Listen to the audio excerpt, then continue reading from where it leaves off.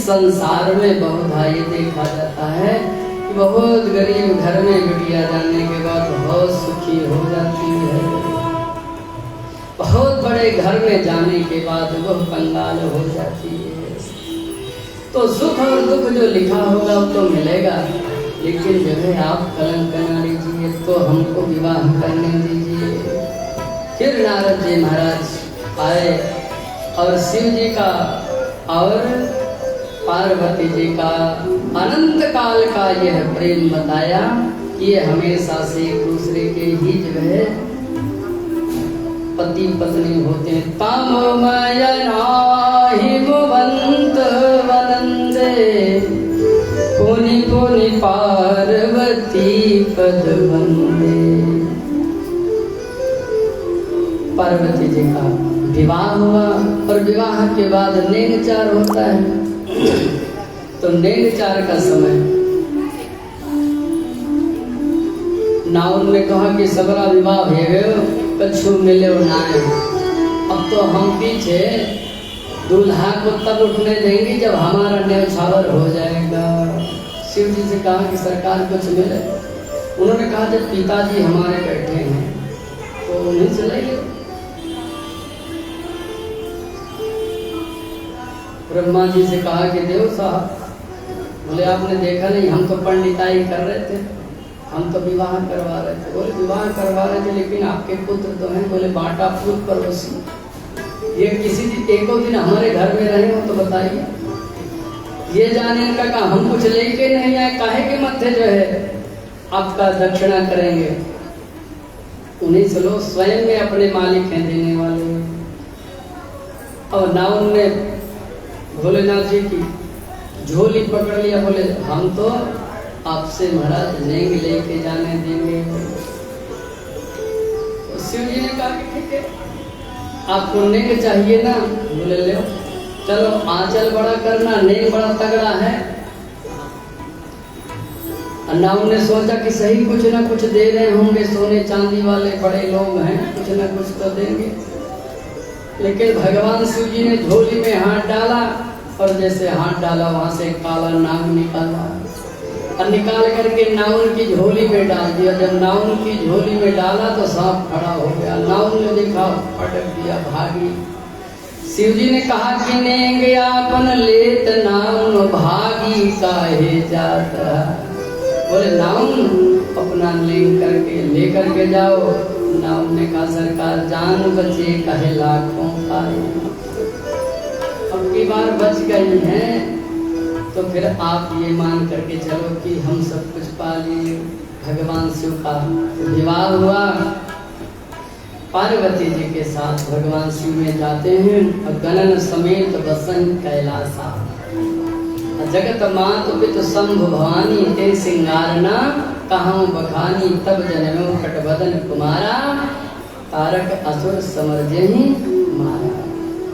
इस प्रकार से भगवान का विवाह। तो ये भगवान के विवाह में रति और कामदेव का ये जो मिलन छूट गया था, बिछड़न हुआ था, वो यहाँ मिल गए। सत्राजितः सूर्य भक्तो, सत्राजित भगवान के बड़े भक्त हैं सूर्य देव के। तो एक बार भगवान सूर्य देव ने कोई मणि दी जिसका नाम था, मणि का सेमंतक। सेमंतक मणि मिला, लेकर के आए। सेमंतक का गुण था 60 भार स्वर्ण रोज मिलता था। भगवान ने एक बार इनसे कहा कि आप जो है हमें ये राजघराने मण दे दीजिए, जितना सोना आपको चाहिए ले जाइएगा। लेकिन भगवान का कहना नहीं माना, चला गया। तो इनका एक दिन भाई जो प्रसेन है उसने गले में मणि डाली और मणि डाल करके जंगल चला गया। और वहाँ एक सिंह ने जो इनको मार करके मणि ली और सिंह को मार करके मणि जो है जामवान जी ले लिए और चले गए, अपनी पुत्री को दे दिया। जामवती जी को भगवान को झूठा कलंक लगा कि इन्होंने जो है सत्राजित के भाई प्रसेन का वध कर दिया। तो भगवान अपना कलंक मिटाने के लिए सभी के साथ जाते हैं और एक गुफा में भगवान जाते हुए कहते हैं कि आप यहाँ पर रहना, हम जो है मणि का पता लगा करके आते हैं। तो भगवान अंदर जाते हैं और उस समय जो है जाम्बवती जी उस मणि के साथ खेल रही थी। तम अपूर्वं नरं दृष्ट्वा धात्री चुक्तो सुधीतवत् तत्श्रुत्वा व्यवद्रुद्रो जाम्बवान् बलिनाम्बरः। जाम्बवती जी की माता जी बड़ी तेजी से चल आई। जामवान जी जगे और जग करके भगवान से युद्ध करने लगे और 28 दिन तक युद्ध हुआ। 28वें दिन भगवान ने मुष्टिका का प्रहार किया और जब मुष्टिका का प्रहार लगा तब जामवान जी कहते जाने त्वां सर्वभूतानां प्राणवो जहासभो बलम विष्णु पुराण पुरुषम प्रभु विष्णु मधीश्वरम। बोले मैं आपको जान गया, आप पुराण पुरुषोत्तम हो। सेतु कृता स्वय समुज्ज्वलिता चलंका रक्षा शिरांश भूपे तिरुक्षितानि। बोले आपने ही समुद्र पर सेतु का निर्माण किया, आपने लंका विजय किया, आप पूर्व जन्म में सीतापति राम हो, मैं आपको प्रणाम करता हूँ। और अपनी पुत्री जाम्बवती और मणि को दे दिया। भगवान लेकर के आए और सत्राजित को वापस कर दिया। तो सत्राजित मारे संकोच के उस मणि के साथ भगवान अपनी पुत्री और मणि दोनों भगवान को दे दिया। तो भगवान ने कहा कि हम पुत्री के साथ तो विवाह कर लेंगे, लेकिन ये मणि आप रखिए। बोले क्यों महाराज, आप क्यों नहीं लेंगे? बोले अब एक समस्या ये है कि जामवती जी कहेंगी कि हमारे पिताजी के यहाँ से तुम लेकर के तो कुछ न कुछ तो हिस्सा हमारा भी है, और इनकी जो पुत्री है सत्यभामा वो कहेंगी मेरी बाप की संपत्ति है, ये हमारी है, और राजघराने में रहना है, आप अपने घर पर रखिए, इसका जो सोना हो देते रहिएगा। तो सत्यभामा के साथ जामवती जी के साथ भगवान ने विवाह किया। तो देखिए कहानी तो भगवान की है, लेकिन इसमें दो चीजें जो बहुत शिक्षाप्रद है। एक तो बहुमूल्य वस्तु को धारण करके बाहर नहीं जाना चाहिए, लेकिन हमारी माताओं बहनों का क्या इस समय स्वभाव है कि जितने घर भर के गहने होंगे सबको लाद लेंगे, फिर पार्टी में जाएंगी, किसी निमंत्रण में जाएंगे, और कहे ना हो घर में तो दूसरे से मांग भी लेगी यार एक दिन के लिए हमको दे दो, और वहां गई या कहा चोरी हो जाए। अब चोरी बहुधा हो जाती है तो अपना तो गया ही, दूसरे का लेकर के तो उसको भी देना है, तो ना वहाँ भोजन में मन लगता है ना किसी के विवाह में मन लगता है। तो बहुमूल्य वस्तु को धारण करके बाहर नहीं जाना चाहिए।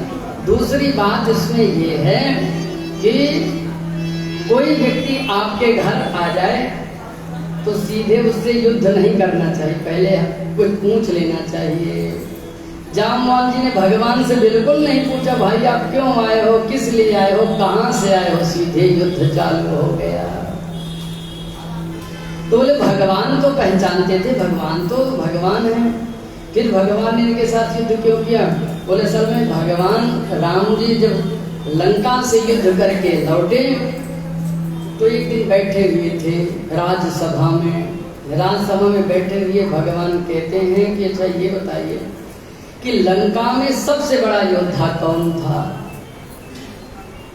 तो सब लोगों ने बताया, भाई किसी ने कहा कि रावण बहुत बलशाली था, किसी ने कहा कुंभकर्ण, कोई मेघनाथ, कोई नारायणतक, देवांतक, अतिकाय, जिसका जो मन था उसने कहा।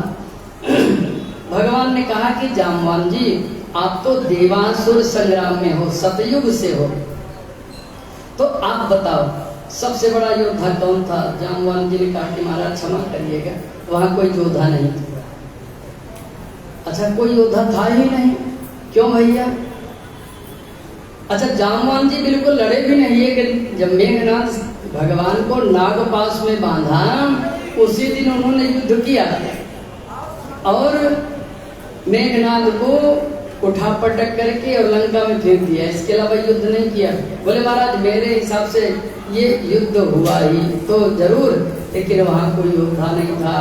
महाराज जब से मैं पैदा हुआ हूँ तब से लेकर के आज तक हमारे हाथ की खुजली नहीं मिटी।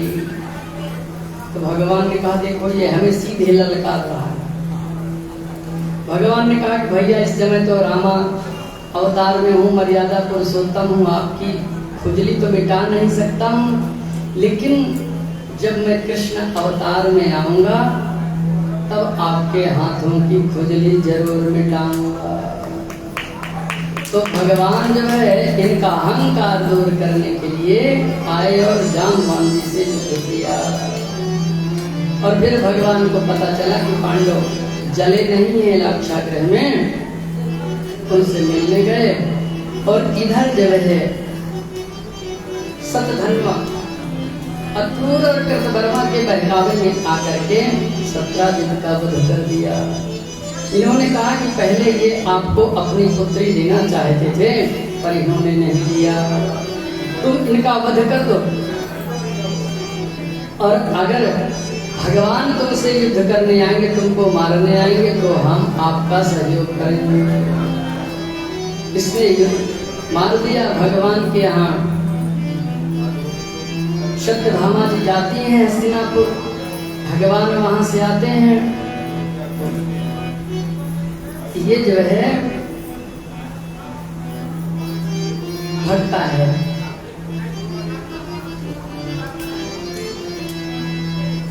मिथिलापुरी के जाते जाते भगवान ने धनुआ का वध कर दिया, लेकिन मणि नहीं मिली।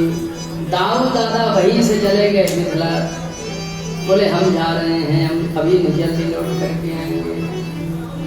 और भगवान कहाँ से आए, बोले बेकार में मार दिया, इसके पास मणि नहीं है, मणि तो अक्रूर के पास है। तो फिर भगवान ने कुछ देर के बाद अक्रूर से कहा कि आप जो है मणि को केवल दिखा दीजिए, हमें चाहिए नहीं। क्यों? बोले हमारे जो दाऊ दादा हैं वो जो है इस मणि के प्रति सम्यक रूप से जो है हमारे प्रति विश्वास नहीं कर रहे हैं। उन्हें लगता है कि ये मणि हमने अपने पास छुपा करके रखा है। आकर के उन्होंने जो है मणि प्रदान किया और भगवान उनको सबको दिखाया। तो दूसरी बात ये है कि महाराज अगर कोई दूसरा कहे कि आप सामने वाले को मारो, इनसे झगड़ा करो, हम आपका सहयोग करेंगे, तो दूसरे के बल पर युद्ध नहीं छाड़ना चाहिए। तो ये 17 शतधन्वा जब इनके पास गया तो अक्रूर और कृतवर्मा दोनों ने मना कर दिया। बोल वृंदावन बिहारी लाल की जय।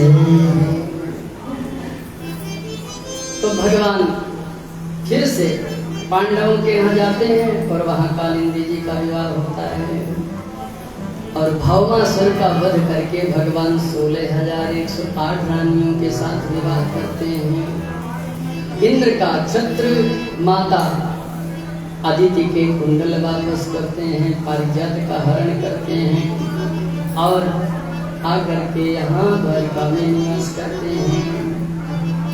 और एक दिन भगवान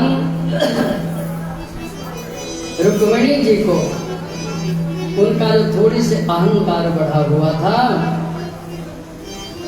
कि भगवान की हम बड़ी प्रेयसी हैं, वो थोड़ी कम करने के लिए और संसार को शिक्षा देने के लिए भगवान ने लीला किया।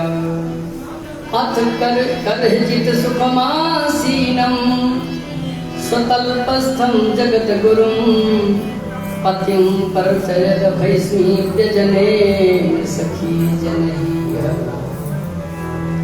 एक बार भगवान रुक्मिणी जी के यहाँ बड़े आनंद के साथ जो है लेटे हुए थे। अब भगवान को मजाक सूझी। भगवान कहते हैं कि राजपुत्री सीता भूपै लोकपाल विभूति भी महानुभावैः श्रीमद्भिः रूपोदार्य बलोर्जितैः। बोले राजपुत्री रुक्मिणी यह बताइए कि आपको बहुत बड़े बड़े बलशाली जो राजा थे, महाराजा थे, जिनके पास बड़ा धन था, रूप था, बल था, उनको आपने वरण क्यों नहीं किया? क्योंकि वो सब आपको चाहते थे और मेरा आपने वरण किया तो मेरे पास तो कुछ है ही नहीं। और मेरी स्थिति देखो, राजो बिभ्यता सुभ्रू समुद्रम शरणं गतान। मैं राजाओं के भय से समुद्र में शरण ग्रहण किए हुए हूँ। और निष्किंचना वयं सस्वन् निष्किंचन जनप्रियः। मेरे पास कुछ है नहीं। अच्छा, मेरा जो साथ करते हैं या जो मेरे से प्रीति करते हैं उनके पास भी कुछ नहीं रहता है। अब कुछ रहता भी है तो भगवान रहने नहीं देते हैं।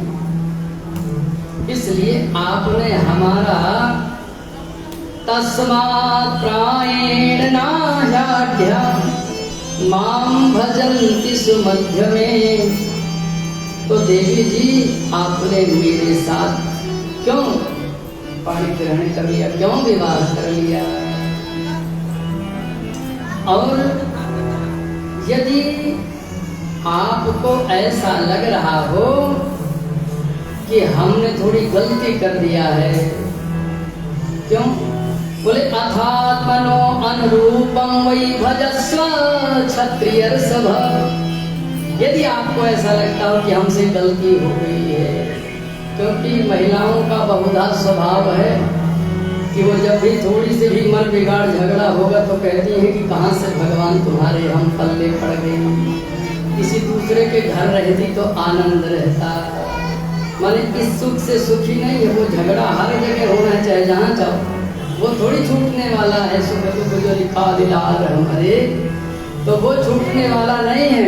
और भगवान ने आज रुक्मिणी जी से जब कहा कि अथात्मनो अनुरूपम वै भजस्व क्षत्रिय सभा, आप अपने अनुरूप पर अभी भी वर्ण कर सकती हो।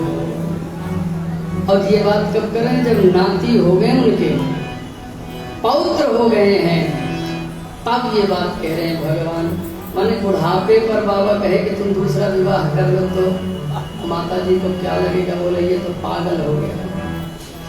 लेकिन रुक्मिणी जी भगवान की परम भक्ता हैं, इसलिए उनको ये सहन नहीं हुआ। और यह बात सुन करके वो बेहोश हो गई।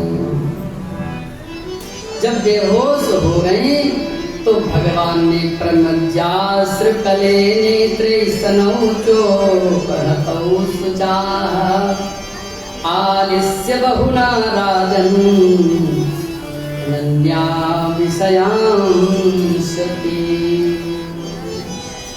भगवान ने उनके आंसू पोंछे, जल डाला, पंखा चलाया। सांत्वया मांस सांत्वज्ञः कृपणां कृपया कृपणां प्रभु। भगवान ने सांत्वना प्रदान किया और कहा कि देवी जी आप तो बेकार में ही बेहोश हो गए। क्यों? बोले मामा वै गर्भसूयेथ जाने त्वां मत्परायणं तद्वचः श्रोतुकामेन शैल्यामाचरति मंगलम्। भगवान ने कहा कि अरे देवी जी तुम क्यों डरती हो? मामा वैदर्भ सुमे था, मैं जानता हूँ, जाने तो मत परायणा, तुम मेरी परायण हो। स्वप्न में भी परपुरुष का तुम ध्यान नहीं कर सकती हो। परंतु मैंने ये जो कहा है, क्या कहा? बोले तद्वचः श्रोतुकामेन, ये हमने मजाक किया है। तद्वचः श्रोतुकामेन, आपके वचन सुनने के लिए, आपके शब्द सुनने के लिए हमने यह मजाक किया है। तो भगवान ने जब कहा कि आपसे हमने मजाक किया है, तो रुक्मिणी ने कहा कि महाराज मजाक किया है केवल इसलिए कि आप हमारी बात सुन सकें। तो हमसे तो वार्ता मुझे लगता है कि हमेशा होती है। भगवान ने कहा कि नहीं, वो वार्ता नहीं होती ना। अब तो आप दादी बन गई हो, तो दादी बनने के बाद दूसरी तरह की बात होती है। क्यों? अच्छा महाराज ठीक है, मैंने मान लिया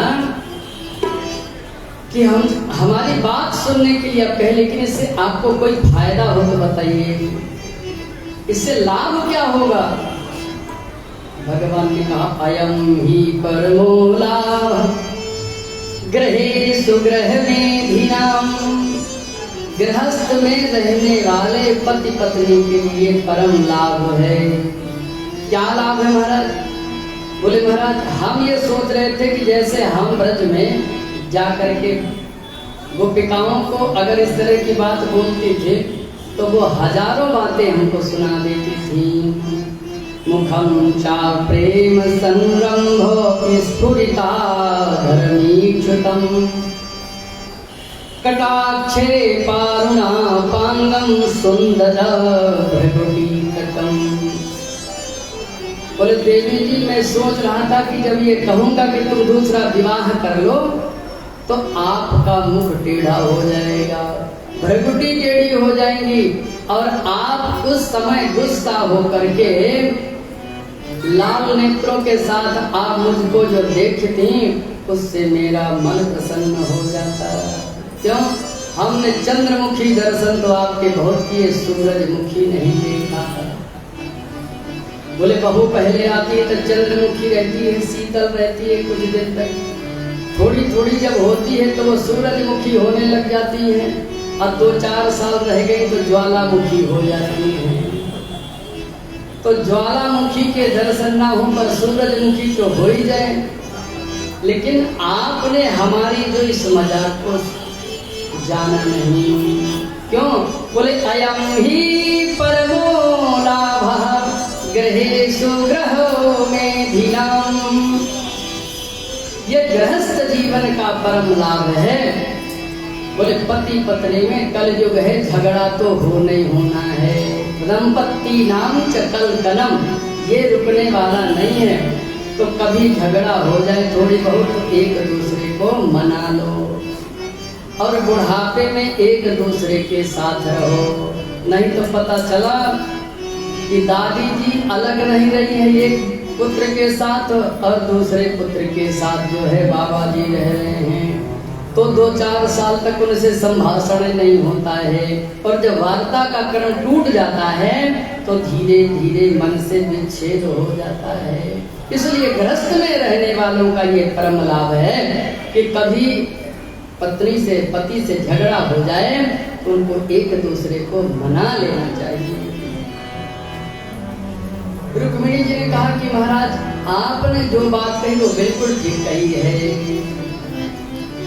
एक एक बात का जवाब देते हुए रुक्मिणी जी कहती, क्वास्वे महिम्यन धीरधितो भगवास्त्रधीसा क्वाहं गुण प्रकृतिरज्ञ गृहीत पादा।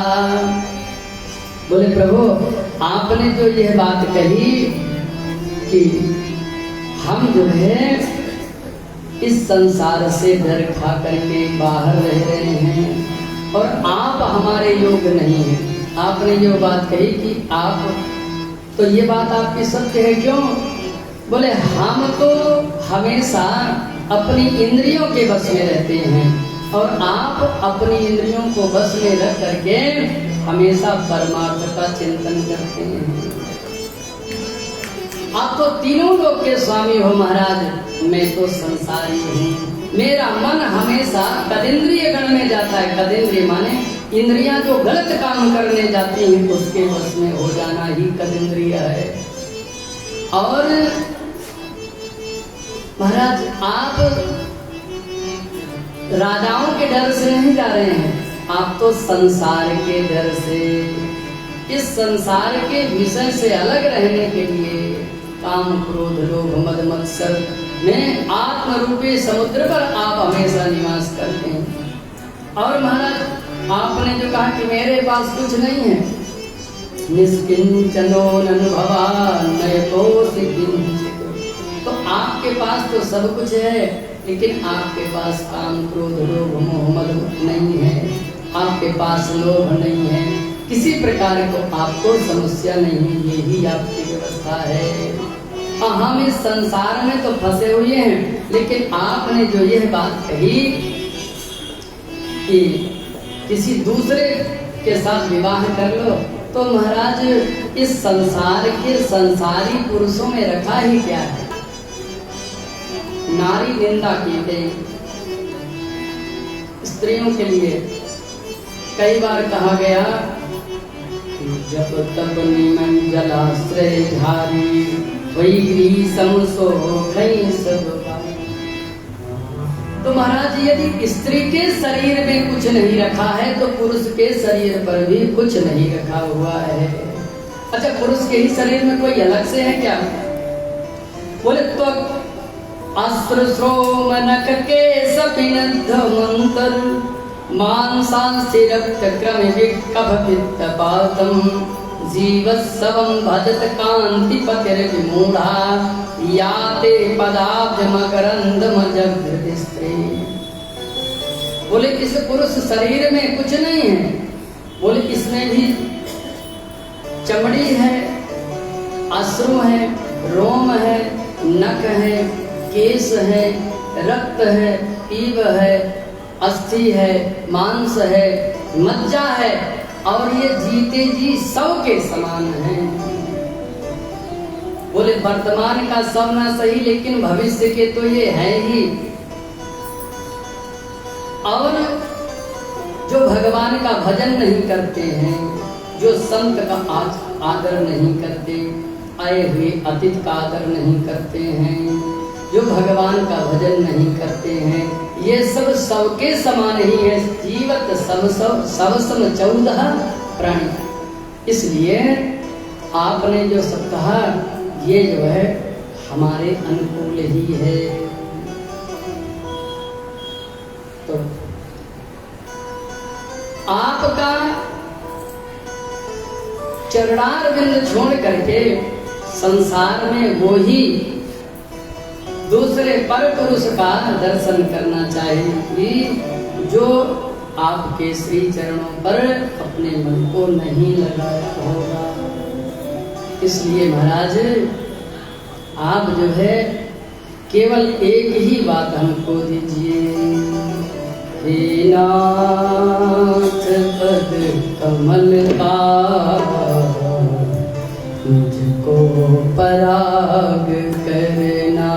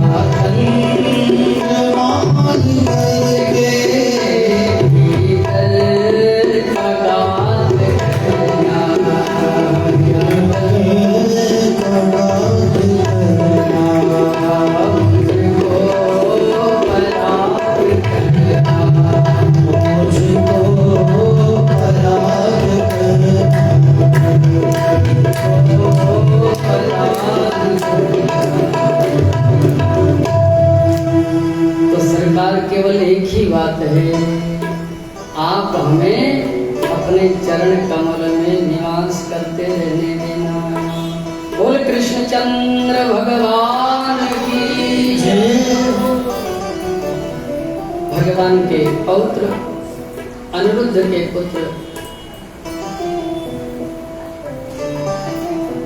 भगवान के प्रद्युम्न जी के पुत्र हुए अनिरुद्ध जी और अनिरुद्ध जी के पुत्र बद्रनाथ जी।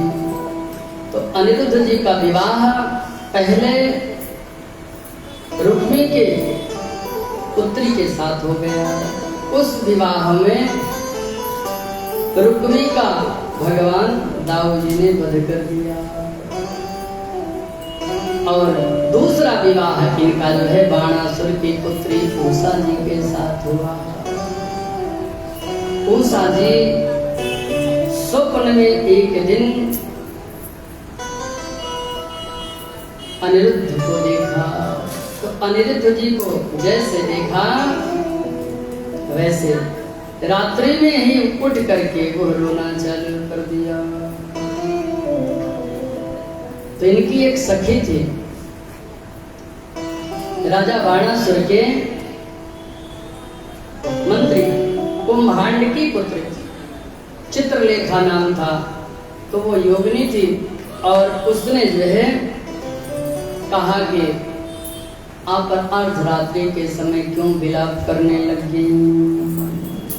तो उषा जी ने कहा कि दृष्टः कश्चिन् नरः स्वप्ने श्यामः कमललोचनः पीतवासा बृहद बाहुर्योषितां हृदयंगमः। मैंने स्वप्न में एक सांवले सलोने कमल नयन को देखा है। तमहं मृगये कांतं पायित्वा मधु। मैं उस सांवले सलोने के अधर रस का पान किया लेकिन अतृप्त रही। हमको लगता है कि अगर वह नहीं मिला तो हम जीवित नहीं रहेंगे। चित्रलेखा चित्र बनाती थी इसलिए उनका नाम चित्रलेखा हुआ था। देवताओं का, ऋषियों का, गंधर्वों का और मनुष्यों में सबसे पहले वृषि वंश में भगवान शूरसेन जी का, वसुदेव जी का, भगवान कृष्ण का और फिर जो है प्रद्युम्न महाराज का। तो जब प्रद्युम्न जी को देखा तो इसने कहा इनको देख करके मुझे संकोच लगता है, इनको देख करके पर्दा करने का मन चलता है मुझे। और जब अनिरुद्ध भगवान का चित्र बनाया बोले ये ही वो हैं, तो उसने कहा ये तो द्वारिकाधीश भगवान के पौत्र हैं, बोले इनको लाओ चाहे जैसे लेकर के आओ। वामन पुराण में लिखा कि वैशाख शुक्ल पक्ष की द्वादशी को इन्होंने उसका हरण कर लिया और लेकर के रात में ही इन्हें ने उषा जी को समर्पित कर दिया। उषा जी अनिरुद्ध जी के साथ आनंद लेने लगी। एक दिन जब है कुंभांड मंत्री बाणासुर के पास गया, पर बाणासुर के से कहा कि भटा अवादे भयान चक्र राजस्ते दुर्वयम विचेष्टितं लक्षयामः कन्यायाः कुलदूषणम्।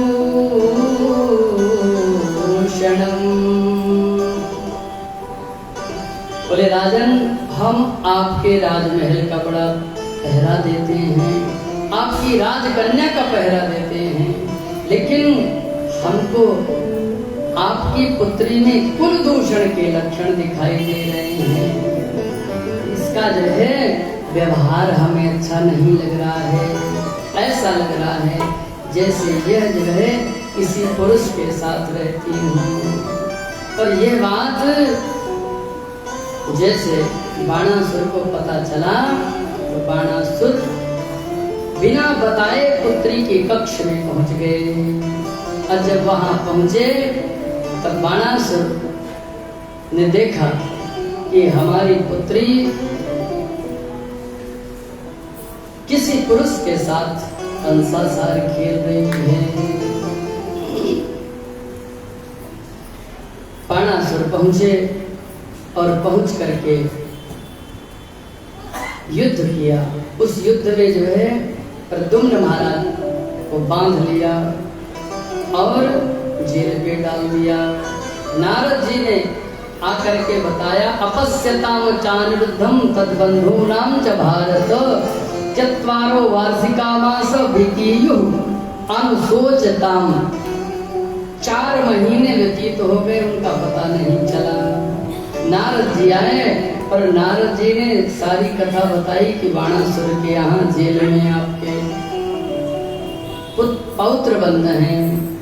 तब भगवान जाते हैं और जाकर के युद्ध करते हैं। उस युद्ध में इनकी जो माता है कोटरा, तो कोटरा नग्न होकर के बीच युद्ध में आ जाती है। भगवान युद्ध बंद कर देते हैं। बलि भाग करके घर जाते हैं और महल में जाकर के भगवान शंकर जी को प्रसन्न करते हैं और कहा कि आपने तो हमको वरदान दिया था कि जब आपके पास भारी संकट होगा तो हम स्वयं आपके साथ आवेंगे। तो महाराज अब भारी संकट आ गया है। शंकर जी उपस्थित हुए। शंकर जी ने कहा कि बेटा तुमने तो हमसे वरदान मांगा था कि हाथ की खुजली नहीं जा रही है, 1000 हाथ में खुजली है, तो ध्वजा तुम्हारे महल का गिरा कि नहीं? बोले महाराज ध्वजा तो कट करके गिर गया है, फिर युद्ध करने वाला आ गया है, करो युद्ध। बोले महाराज मेरे अकेले बस की बात नहीं। तो भगवान शिव जी गए और शिव जी जा करके क्या किया? शिव जी ने कहा कि ऐसे क्या झगड़ा करना है भगवान के सामने। तो भगवान शिव जी ने एक बुखार उत्पन्न किया शैव ज्वर नाम से। तो बुखार भेज दिया, जैसे आजकल होता है ये कोरोना बीमारी, किसी ने कहा कि भेज दिया चीन ने, है ना। तो ये भगवान शिव जी ने वहां शैव ज्वर भेजा। तो जब बुखार भेजा तो जितने सैनिक थे भगवान के सबको बुखार चढ़ गया। और जब बुखार चढ़ा किसी की हिम्मत ही नहीं हो रही थी उठ करके शस्त्र लेने की। शिव जी प्रसन्न हो गए, बोले महाराज पड़े रहने दो, क्या है ये थोड़ी उतरने वाली है, जब हम उतारेंगे तभी बुखार उतरेगा। भगवान ने कहा कि नहीं, हम तो बिना उतारे इसको रह नहीं सकते। तो भगवान ने क्या किया? बोले भगवान ने उस ज्वर को भी उतारा, शैव ज्वर को अपने वैष्णव ज्वर को मिला करके नया बुखार तैयार किया। और जब नया बुखार दोनों मिल करके गए तब बाणासुर की और शिव जी की सेना को बुखार चढ़ गया, तो वो बुखार ही नहीं उतर रहा था। शिव जी खूब झाड़ फूंक किए लेकिन बुखार नहीं उतरा। तो फिर जो है बुखार भगवान से प्रार्थना करने लगे, बोले नमामि अनंत शक्ति परेशं सर्वात्मनं केवलम ज्ञाति मात्रम। भगवान से ज्वर ने प्रार्थना किया। बोले सरकार एक काम करो कि झगड़ा दोनों जो है आपस में करते तो ठीक रहता महाराज, हम लोगों को छोड़ दो। आप त्रिलोकीनाथ हो, भोलेनाथ जी है, आप सब मिल करके जो करना हो करिए, हमारी प्रार्थना स्वीकार करो, हमें मुक्त करिए। भगवान शंकर जी युद्ध करने आते हैं। युद्ध में जब उनका हाथ स्तंभित होता है तब भगवान को प्रार्थना करते हैं, त्वं ही ब्रह्म परम ज्योतिर्गूढ़ं ब्रह्मणिवान्मये यं पश्यन्तमलात्मानं आकाशं केवलम्। हे प्रभु, तुम ही ब्रह्म परम ज्योति, आप ही परब्रह्म हो, आप परम ज्योति हो, आप ही ब्राह्मणों की वाणी हो, और आप वह हो जिन्हें अमल आत्मा लोग निश्चित अपने हृदय में बिठा करके ध्यान करते हैं। इस प्रकार भगवान शिव जी ने इनकी प्रार्थना किया और कहा कि देखो भगवान, इसकी जो 1000 भुजाएं थी इनको काटो, लेकिन 4 भुजाएं शेष रखना, इसको मारिए नहीं, क्योंकि हमने इसको अमरत्व का वरदान दिया, ये हमारा परम भक्त है। और फिर भगवान वहां से अपने पौत्र अनिरुद्ध को और उषा को लेकर के आते हैं। बलराम जी का ब्रज में आगमन होता है, ब्रज में गोपियों के साथ विहार करते हैं। विहार करते हुए वारुणी लेकर के इनका दुविध नाम का वानर भग जाता है। भगवान दुविध का वध कर देते हैं। कलिंगराज कौंड्रक नकली वासुदेव बन करके भगवान को ललकारता है और भगवान जा करके कौंड्रक का वध कर देते हैं। इनका पुत्र सुमति अभिचार करता है, वहां से इनको जलाने के लिए द्वारिका कृत्या भेजता है, पर भगवान की कृपा से वो कृत्या स्वयं वापस होकर के काशी को जला देती है। फिर भगवान युधिष्ठिर का राजसूय यज्ञ होता है। उस राजसूय यज्ञ के संसाधन इकट्ठा करने पर सब राजाओं के साथ युद्ध होता है और जरासंध का भगवान वध कर देते हैं, भीमसेन के द्वारा वध करवा देते हैं। राजसूय यज्ञ होता है। उस राजसूय यज्ञ में जो महल माया का बना हुआ था, जल के स्थान में थल और थल के स्थान में जल दिखाई देता था, वहां पर जाकर के दुर्योधन गिरता है और द्रौपदी के द्वारा ये कहे जाने पर अंधे का पुत्र अंधा, और इस बात पर दुर्योधन बिगड़ जाता है और फिर यहीं से महाभारत की नींव पड़ जाती है। इसलिए कहते हैं कि बहुत वाणी को विचार करके बोलना चाहिए। नारी अति बल होत है, नारी अति बल होत है तो अपने कुल की नाश। कौरव पांडव युद्ध में कियो द्रौपदी नाश, कियो द्रौपदी नाश कैकेयी दशरथ मारो। राम लखन ऐसे पुत्र तिन्हें वनवास सिधारो। इसलिए अबला को बहुत सबला नहीं बनना चाहिए। और भगवान देवियों की परीक्षा करते हैं और फिर भगवान ब्रज जाते हैं। ब्रज में गोपिकाओं के साथ भगवान का मिलन होता है। माता यशोदा से मिलती हैं और फिर भगवान जो है सुखदेव जी महाराज के पूछने पर भगवान के परम प्रिय सखा सुदामा जी की कथा कहते हैं। बोल वृंदावन बिहारी कृष्ण श्यासी सखा कसिद ब्राह्मणो ब्रह्मवित्तमः विरक्त इंद्रियार्थेषु प्रशान्तात्मा जितेन्द्रियः। यदिच्छोपपन्नेन वर्तमानो गृहाश्रमी तस्य भार्या कुचैल कुचैलस्य चुच्छामा च तथा विधा। भगवान के एक भक्त हैं, ऐसे भक्त हैं जिनके पास और तो कोई धन नहीं है, लेकिन सबसे बड़ा धन है उनका ब्राह्मणो ब्रह्मवित्तमः। ब्रह्मवित्त हैं, भगवान के भक्त हैं और भगवान के प्रिय हैं। विरक्तः इंद्रियार्थेषु,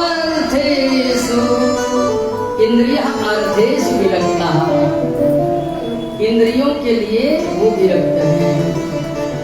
कोई भी इंद्रिय अगर जीवा कहे कि नहीं आज हमको अच्छा भोजन चाहिए, तो फिर वो देने वाले नहीं है। जो मिल जाए,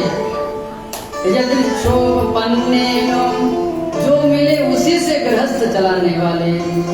प्रशांतात्मा जितेन्द्रियः, ना जिन्हें कभी सुख होता है और ना जिन्हें कभी दुख होता है, न बहुत सुख से सुखी हैं न बहुत दुख से दुखी हैं। सर्वत्र समदर्शिनः, तो भगवान के ऐसे भक्त हैं, जाहि न चाहिए कबहु किछु, तुम सन सहज स्नेहो, बसहु निरंतरता सुर सोरावुर जगे। इंद्रिय के अर्थ से विरक्त भगवान सुदामा जी वर्तमान में अपनी पत्नी के साथ रह रहे हैं। तस्य भार्या कुचैलस्य च्युतछामा च तथा विधा। इनकी पत्नी कुचैल माने फटे चित्रे जैसे भी वस्त्र हैं, उनको जो है पहन करके रहती हैं, भूखी रहती हैं, लेकिन कभी जो है पति से शिकायत नहीं करती हैं। मन में कभी असंतोष नहीं होता है, लेकिन एक दिन उनके मन में एक बात आ गई। उन्होंने कहा कि देखिए बात करें, शायद पति देव जी मान जाएं, इन्हें भगवान के पास भेज दें। सुशीला ने कहा कि महाराज, पतिव्रता पतिं प्राह म्लायतां वदनेन सा, दरिद्रासीदमाना सा वेपमाना विनम्रता। सुशीला ने एक दिन कहा कि महाराज, ननु ब्रह्मन् भगवतः सखा साक्षाश्रियः पतिः, ब्रह्मण्यस्य शरणस्य भगवान् सात्वतर्षभ। बोले महाराज, आपने हमसे कहा कि हमारे सखा भगवान लक्ष्मीपति हैं, भगवान कृष्ण आपके सखा हैं, तो आप उनके पास चले जाइए, ये सब जगह मांगने की झंझट खत्म हो जाएगी। तो जब आप वहां जाएंगे, दास्यति द्रविणं भूरि सीदतेति कुटुम्बिनः, तो आप वहां चले जाओ, हर जगह मांगने की समस्या समाप्त हो जाएगी।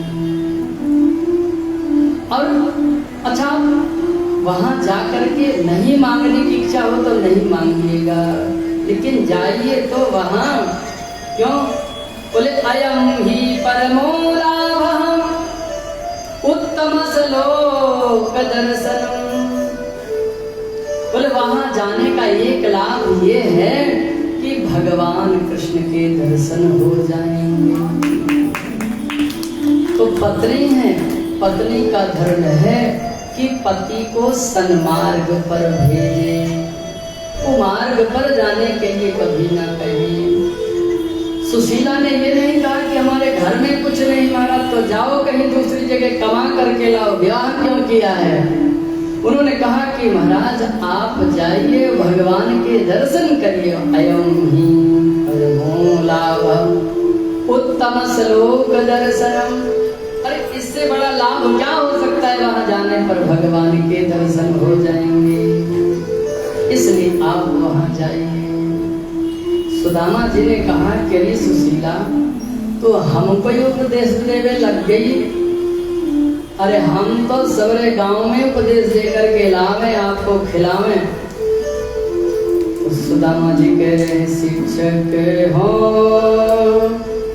सिगरे जग को तियता ही कहा तब देती है शिक्षा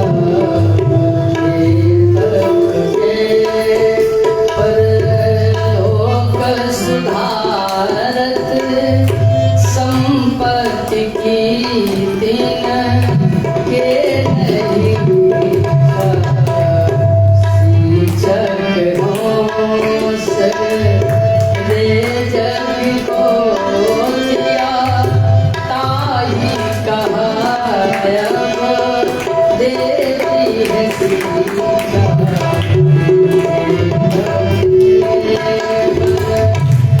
लोक सुधारत संपत्ति की दिन के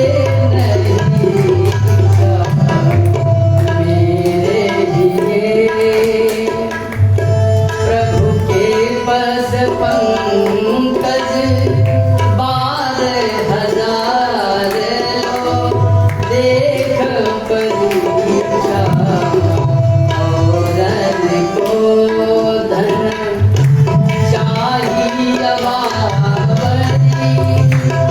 औरन को धन चाहिए बावरी ब्राह्मण के धन केवल पूजा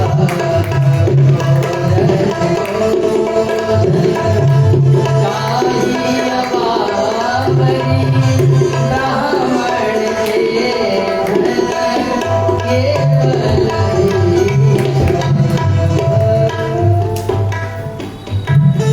औरन को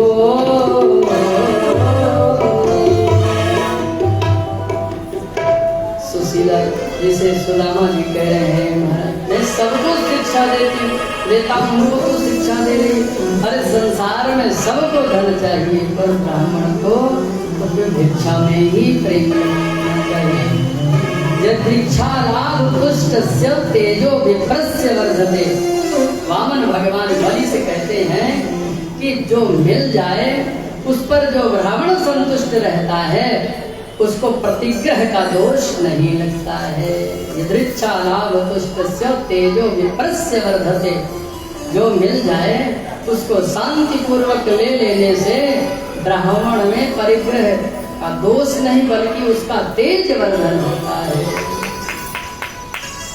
तो महाराज इस धन की क्या इच्छा करती हो? अरे हमको धन नहीं चाहिए। सुशीला ने कहा धन तो हमें भी नहीं चाहिए था, लेकिन स्वामी जी आप एक बात बताओ, किसी माता के पुत्र माता से केवल रोटी और राम रस मांगते हो कि माँ सूखी रोटी और नमक दे दो, हम खा के पानी पी करके भूख मिटा लेंगे।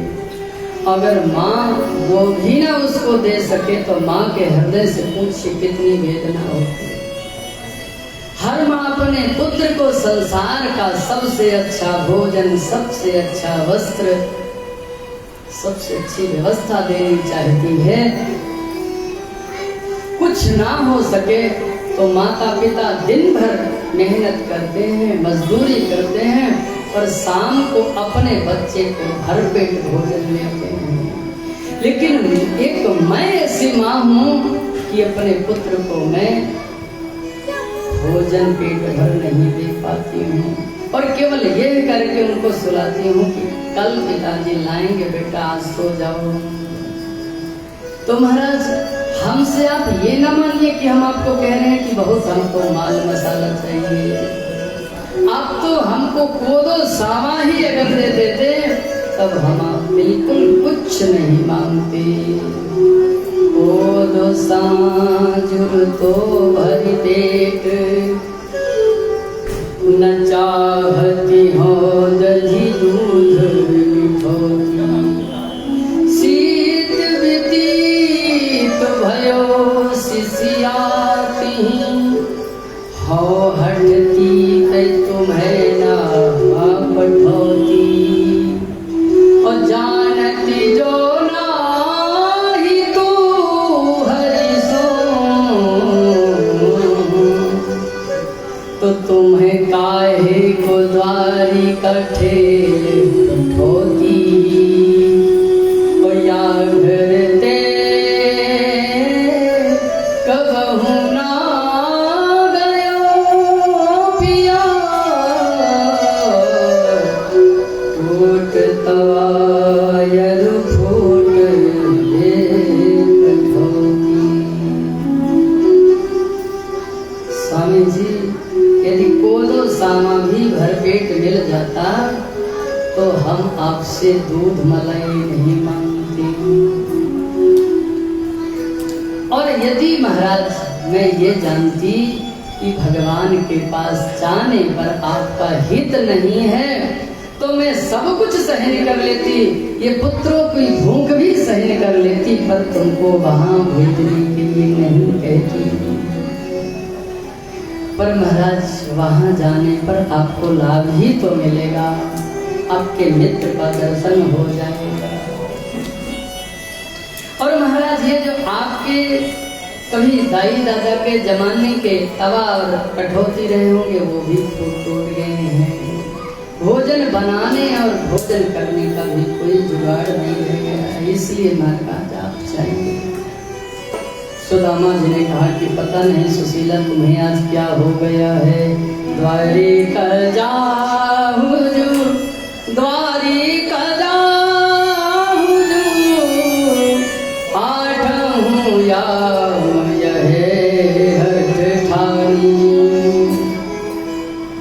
जाते ही दई है लदाई लढ़ा भरी, लई हो लवाए यहे जियरा। तुझको आठों याम यही काम है, द्वारिका चले जाओ द्वारिका चले जाओ। तुमको लगता है कि मैं वहां से एक लड़ा भर करके सामान ले आऊंगा। अरे सुशीला सुन तो, पहिए कहाँ से अटारी अटा, विधि दीनी जो ये बस टूटी सी छानी, जब पे दरिद्र लिखो है तो काहू पे मेट न जाते आया। यदि हमारे भाग्य पर ये टूटी छानी लिखी है तो अट्टालिकाएं नहीं मिलेंगे। इसलिए सुशीला अब तुम वहां क्यों भेजती हो? अरे तो जे विधि बीत गए बन दे, अब तो पहुँचो विरधापन आई के, से जीवन शेष है दिन के तिक, हम झुकना बड़ो हरी सो जाए।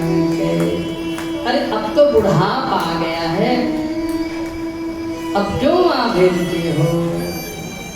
अरे सुशीला तुमको पता है जब कोई भगवान से मिलने जाता है तो वहां उसको क्या लेना पड़ता है? बोले 5 सुपारी तो देख बिचारी के, भेटे को चारे न चावर, द्वार खड़े प्रभु के छलिया, तहाँ भूपति जान न पावत ने। सुशीला इतने दिन में मित्र के घर जाऊंगा तो क्या लेकर के जाऊंगा? मेरे पास तो कुछ है भी नहीं, क्या भेंट दे दूंगा? इसलिए सुशीला वहां जाने की तो बात छोड़ दे। सुशीला ने कहा कि महाराज आपको चिंता करने की बात नहीं, हमने जब से आपके घर में विवाह करके आई तब से मैं किसी के घर मांगने नहीं गई, चाहे 4 दिन भूखी रहूं और चाहे 10 दिन भूखी रह जाऊं, पर हमने किसी से याचना नहीं की।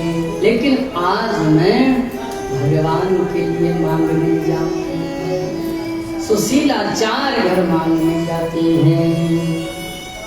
याचित्वा चतुरो मुष्टीन् विप्रान् पृथक् तण्डुलान् चैलखण्डेन तान् बद्ध्वा भर्त्रे प्रादायुपायनम्। 4 मुट्ठी चावल 4 तरह का, कोई लाल है, कोई तो पीला है, कोई सफेद है, कोई काले रंग का, ऐसे ले करके और कपड़े में बांध करके चैल खंडे न। संत तो सुदामा जी की कथा कहते कहते यहाँ तक कहते हैं कि सुशीला ने अपने ही अंग वस्त्र को फाड़ करके भगवान को निवेदन कर दिया कि ये जब देखेंगे तो भगवान स्वयं जान जाएंगे। और सुदामा जी को दे दिया। सुदामा जी महाराज चले और मन में विचार करते जाते हैं। चल दिए सुदामा द्वारिका, चल दिए सुदामा द्वारिका, जहाँ मित्र कन्हैया है, हो गया द्वारिकाधीश तो क्या मेरे संग का बढ़िया है। चल दिए सुदामा द्वारिका, जहाँ मित्र कन्हैया है,